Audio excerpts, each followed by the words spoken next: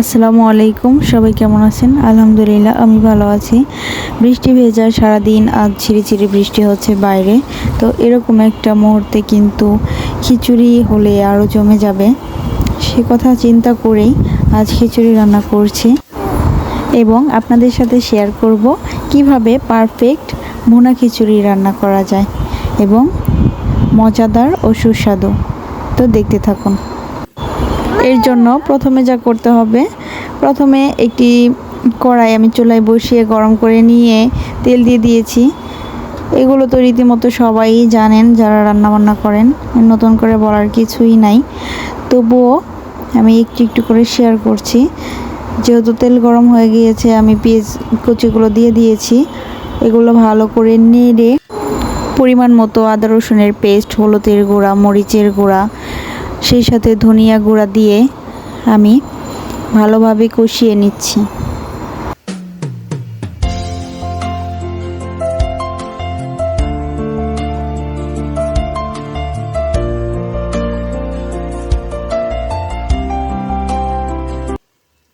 মশলাগুলো ভালোভাবে কষে যাওয়ার পর আমি চাল ডাল একসাথে ভালো করে ধুয়ে নিয়ে রেখেছিলাম, সেগুলো এবার দিয়ে দিচ্ছি।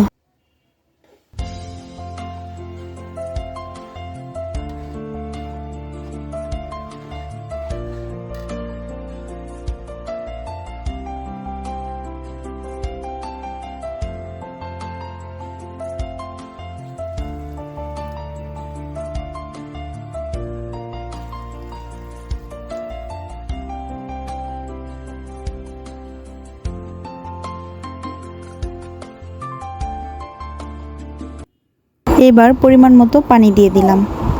তারপর ইলিশ মাছ ভাজার জন্যে মশলা দিয়ে মাখিয়ে নিয়েছি। এবার একটি গরম কড়াইতে ভেজে নিব।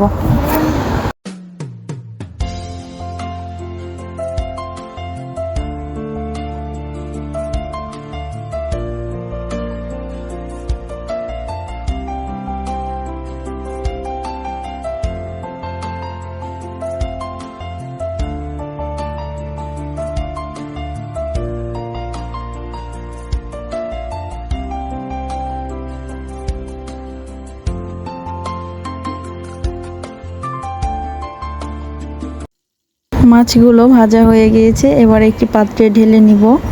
খিচুড়ির সাথে কিন্তু ইলিশ হলে মন্দ হয় না, মনে হয় যে খিচুড়ির স্বাদ আরও দ্বিগুণ বেড়ে যায়। সেই সাথে যদি আরও দু এক রকমের ভর্তা হয় তাহলে তো কোনো কথাই নেই।